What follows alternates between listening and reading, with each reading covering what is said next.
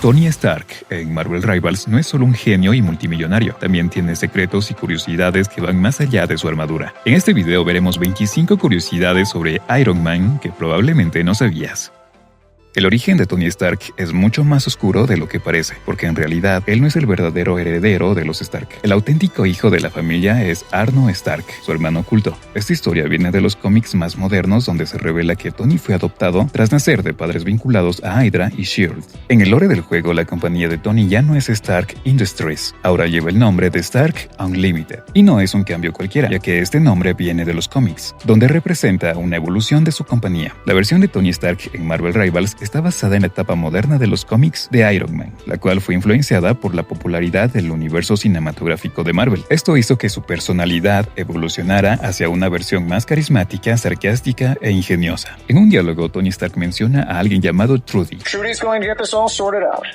All I have to do is build her. Pero no es una persona, en realidad es el apodo que le dio al dispositivo de reintegración temporal, y según el lore no existe solo uno, hay dos prototipos, uno en Wakanda y el otro en el edificio Baxter. Este último incluso aparece en uno de los mapas del juego. Tony tiene un diálogo con Thor donde se hace referencia a una armadura que construyó en los cómics. Mjolnir has remained the same since the very day it was forged. Yeah, well, give me a suit of enchanted Uru armor and I promise I won't change it. Este momento hace referencia a la Armor Destroyer, una versión que Tony creó en Nidavellir, utilizando Uru, el mismo metal del que está hecho Mjolnir, conocido por ser uno de los materiales más resistentes del universo Marvel. En Marvel Rivals, Tony Stark mantiene su costumbre de poner apodos. A Thor lo llama Ricitos de Oro y a Luna Snow le dice K-Pop. Stark? Goldilocks? All right, K-Pop, let's go save the world. Esta actitud sarcástica es muy similar a la de su versión en el UCM, donde también le gusta bromear con sus compañeros usando apodos y haciendo comentarios ingeniosos. Sin resentimientos, Beach Boy. Qué bien lanzas. Sujétate bien, Legolas. Si disparas la ráfaga repulsora 2 veces seguidas, el tercer disparo cambia. En este momento se puede ver que Tony junta ambas manos para lanzar un ataque mucho más cargado, haciendo más daño que los disparos normales, aunque también consume mucha más munición.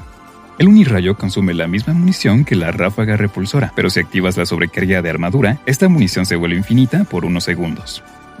Si usas la lluvia de micromisiles, la animación recuerda a cómo la Mark 50 despliega sus misiles.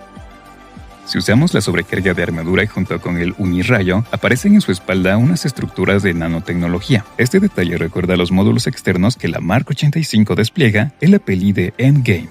En ocasiones, después de usar su habilidad definitiva, puede decir una frase bastante interesante. Maximum pulse. That's what happens when you pick a fight with protons. Esto podría ser una referencia al cañón de protones, una habilidad que Iron Man ha utilizado en juegos como Marvel vs. Capcom. El recolor del modelo 42 tiene un detalle interesante. Está inspirado en una armadura que aparece en el cómic Iron Man 2012, caracterizada por su combinación de negro y dorado. Y durante un tiempo este skin solo se podía conseguir mediante un código que se canjeaba dentro del juego.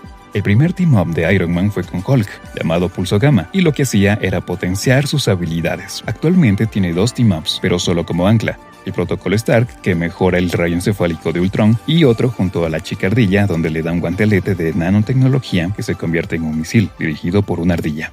La voz de Iron Man en el juego es de Josh Keaton, un actor que ya tiene experiencia con el personaje en títulos como Iron Man VR y Marvel's Midnight Suns. So you got a name, or should I just call you Ghost? I gotta say, the whole Hail Hydra thing is pretty stale. Got any new material? Y no solo eso, también fue la voz en inglés de Peter Parker en la serie del espectacular Spider-Man. Sorry, I make it a rule not to partner with anyone green. Según las estadísticas de Rivals Meta, las skins más utilizadas de Iron Man son la Blood Age y la Mark I, mientras que entre las menos usadas se encuentran la Steam Power y la Extreme Beauty Armor. El MVP de la Mark 85 tiene una descripción con una frase de Tony que dice: "No importa lo que perdimos, sino lo que aún tenemos. Somos los Vengadores. Debemos completar esta misión". Lo interesante es que Tony nunca dice esta frase en las películas. La única vez que la escuchamos fue en el tercer tráiler de Endgame. It's not about how much we lost. It's about how much we have left. We're the Avengers. We gotta finish this. Al previsualizar el MVP de la armadura Extrembionte, aparece una descripción que dice cómo entrenar a tu dragón simbionte.